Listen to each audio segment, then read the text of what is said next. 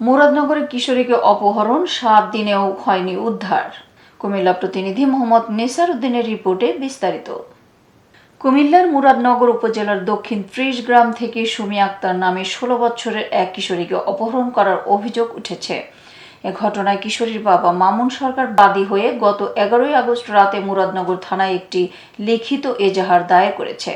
লিখিত এজাহার সূত্রে জানা যায়, দেবিদ্বার উপজেলার মরিচাকান্দা জিয়া স্মৃতি আদর্শ উচ্চ বিদ্যালয় থেকে চলতি বছরে এসএসসি পরীক্ষায় উত্তীর্ণ হয় ভিকটিম সুমি আক্তার।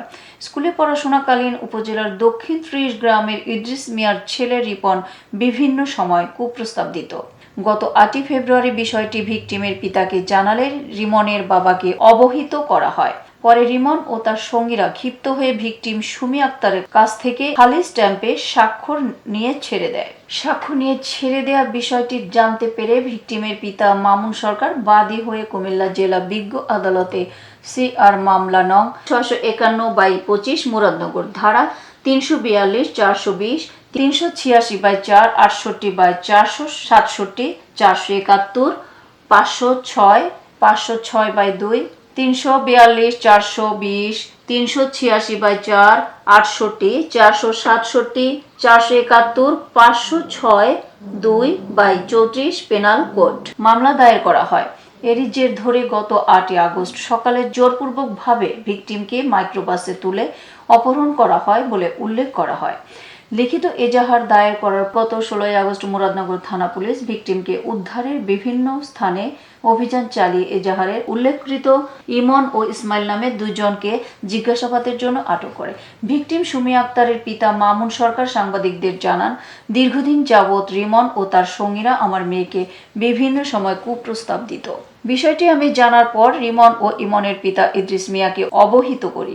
এ ঘটনার জের ধরে আমার মেয়ের কাছ থেকে খালি স্ট্যাম্পে জোর করে স্বাক্ষর নেওয়া হয়। পরে যখন আমি আদালতে মামলা করি, পূর্ব পরিকল্পিতভাবে রিমন ও সঙ্গীরা আমার মেয়েকে অপহরণ করে।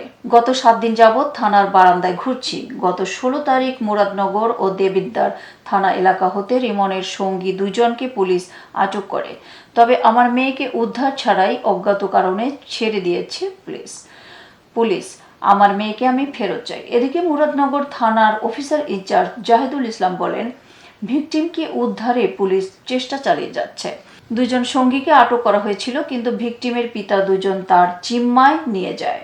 11 তারিখ সকালবেলা আমার মেয়ে সুমি আক্তার অপহরণ হয়েছে। বিকালে আমি মুরাদনগর থানায় অভিযোগ করি আমরা অপহরণের একটি মামলা দেই। আসামি গ্রেফতার করে নিয়েও আসছে। আমি 2 জন আসামিকে মামলা করছি। একজন তো উদ্ধার হয় নাই, ভিকটিম আমার মেয়েও উদ্ধার হয় নাই। এখনো মামলা নিয়ে এখন পর্যন্ত আমার মেয়েকে তারা উদ্ধার করে দিতে পারে নাই। আসামি একজন ধরছে, 2 নম্বর আসামি ধরে আবার রাতে ছেড়ে দিছে। এতক্ষণ সঙ্গে থাকার জন্য ধন্যবাদ। ION টিভি নিয়মিত আপডেট পেতে ভিজিট করুন আমাদের ওয়েবসাইট, ফেসবুক, ইনস্টাগ্রাম ও ইউটিউব চ্যানেলে।